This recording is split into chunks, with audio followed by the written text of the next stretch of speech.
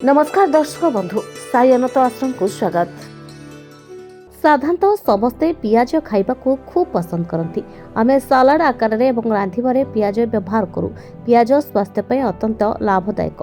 यार व्यवहार रोग प्रतिरोधक शक्ति बढ़ाई थाए। पियाज परे पियाज संढा मध्य आम स्वास्थ्य पे अत्यंत उपयोगी। पियाज संढारू carbohydrate, vitamin C, protein, phosphorus, sulphur एवं कैल्शियम मिलता है। पियाज संढार पत्र गुड़िक पोषक तत्व भरपूर। आसतु पियाज संढार उपकारी गुण संपर्क में जानिबा। रोग प्रतिरोधक शक्ति बढ़ाए। पियाज संढारे विटामिन सी एवं ए थाए जहा रोग प्रतिरोधक शक्ति बढ़ाई थाए। एथिरे मिलुथिबा एंटीबैक्टेरिया गुण संक्रमण रक्षा करिबारे सहायक होइथाए। तेणु रोग प्रतिरोधक शक्ति को सुदृढ़ करबा पई आपण आपणको डाएट रे पियाज संढा शामिल करि परिबे। गैस समस्या को दूर करे। पियाज संढा मुहर दुर्गंध को दूर करिथाए, किंतु कंचा पियाज खाइबा द्वारा पाटिरु गंध बाहारिथाए। कोष्ठकाठिन्य समस्या और एसिडिटी इत्यादि पियाज संढा आराम देइथाए। यदि आपनक पेटरे गैस कारणरू पोड़ा हेउछि तबे पियाज संढा को सालाड प्रस्तुत करि खांतु। यह गैस एसिडिटी समस्या को दूर करिबो। मधुमेह डायबिटीज रोगी यह खूब लाभदायक बोली प्रमाणित हो आसुछि। एथिरे थिबा सल्फर शरीरर इंसुलिन उत्पादन क्षमता को वृद्धि करे, जहा डायबिटीज को रोकिबारे यथेष्ट सहाय्य करिपारे। यह व्यतीत कैंसर विपद को दूर करिथाए, कारण पियाज संढारे भरपूर मात्रा सल्फर रही, जहा आपनक स्वास्थ्य पय लाभदायक। एथिरे एलिल सल्फाइड एवं फ्लेवोनॉइड रही, जहा कैंसर प्रतिरोधक अटे। एथिरे एलिल सल्फाइड एवं फ्लेवोनॉइड रही, जहा कैंसर प्रतिरोधक अटे।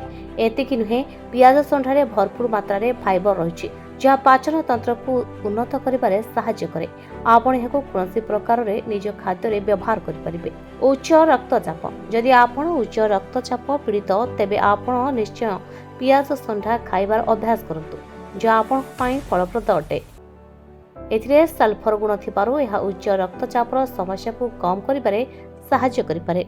धन्यवाद। तमे पुओ को नहीं कि बाबा पाखु आसला परे आपनकर कोन परिवर्तन हेछि? पुओर जो गोड़ हाथ फाटुतला तार भी कोन परिवर्तन हेछि? हाँ मो एमती जड़े सांग पिला शुणिकी आपण पाखु आसली, किंतु आसला परे मो पुओ दीर्घ 7 वर्ष है जो कष्टा भोगुला मोर हृदबोध हो 7 दिन गला भाया लगे। तेणुक बहुत सल्व हो जाए।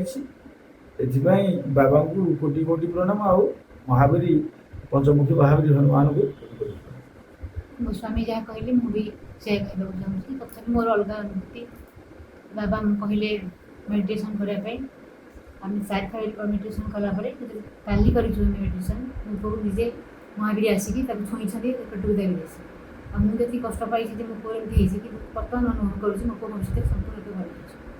अच्छा पुओ एडी आसिले परे मोर जति माने कष्ट थिला म आगुरु जमा चाली पाउ नथली। एडी जति सप्ताह भीतर आसिलेनी माने मते एते भल लागछि। म तो चालिबो छु बुलिबो छु खेलिबो सब भल लागछि। आगु मु किछ करे